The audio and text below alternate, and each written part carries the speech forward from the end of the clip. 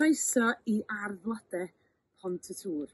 Wel, os da chi fatha fi yn siarad am y tywydd bob un diwrnod, wel, da ni wedi cael bob tywydd dan haul yma yn Nyffryn Clwyd heddiw. O haul i storm i law.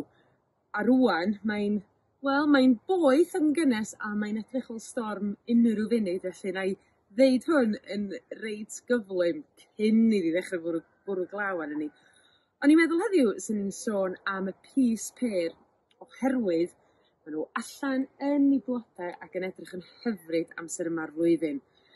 Falle bod i ychydig bach yn rhy hwyr i chi hau nhw rwan, ond maen nhw'n dal ar werth mewn canolfannau garddio a fedrwch chi botio nhw a cael chydig o flodau dros yr haf. Dwi'n cychwyn hau rei fi yn yr Hydref, felly mis Medi, Hydref, Tachwedd. Dwi'n hau yn set cynta a dwi'n rhoi nhw yn y twnnel tyfu mwyn i mi gael pys pêr yn barod ar gyfer y Pasg. Wel, mae rei sydd gennau yn y twnnel tyfu lenni wedi bod yn ofnadwy o hwyr oherwydd yr holl ddwydd amrywiol da ni wedi gael. Felly, oedd hi yn gychwyn mis Mai arnau yn cael pys pêr lenni. Felly, maen nhw wedi dechrau mynd drosodd yn y twnnel erbyn hyn. Ond mae'r rhain nes i hau yn y Gwanwyn.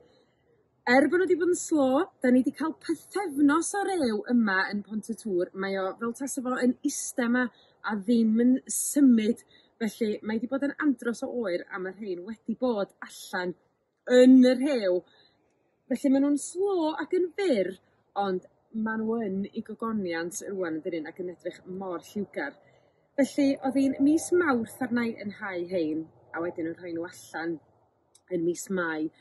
Unwaith ar nhw ddod i ryw 10-12 centimetr nes i binsio y canol cyn i'w plannu nhw.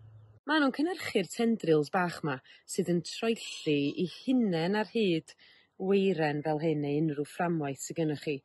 Ond weithiau maen nhw angen chydig bach o help, felly fydda i'n defnyddio yr cortyn yma sydd efo, wel dim cortyn ydi o dweud y gwir, mae yna weiren tenne tu fewn a wedyn mae'r papur ma rownd efo. Dwi ddim yn ei clymu nhw yn rhy dyn rhag i ni weidio'r coesyn, ond beth sy'n hawdd iawn amdanyn nhw ydy chi'n torri tamed ohono fo a wedyn yn ei droellio yn ysgafn. A does dim rhaid i chi gael yr cortyn a gwneud cwlwm, felly mae'r broses yn un gyflym iawn wrth wneud o fele. Mae Pontytŵr, mae gennym ni bridd tywodlyd iawn, felly da ni'n rhoi dipyn o dail arno fo dros y gaea a wedyn mae o'n barod i ni blannu. A mae pys pêr yn licio pridd sydd efo dreiniad da, ddim yn llawn o glai na calch, jyst dreiniad da a fydden nhw'n hapus. Dwi'n meddwl dyle bob gardd gael pys pêr achos dwi yn ffan mawr ohonyn nhw. Dwi'n tyfu nhw ar y ffrâm yma oherwydd bod o yn cymryd 2 funud i mi osod o'n i le a'i tyfu nhw.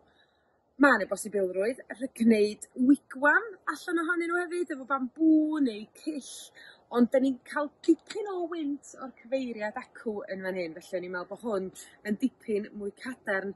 Dwi'n tyfu amrywiaeth o liwiau o'r pys pêr achos dwi'n meddwl bod nhw'n dlws efo'i gilydd. A hefyd, ddai wastad yn edrych am rai sydd yn tyfu efo coesyn hir iawn, oherwydd mwyn i gosod nhw mewn fas, mae hynny yn reit bwysig. Ond dwi yn tyfu'n go arbennig ar y pen yn fan hyn.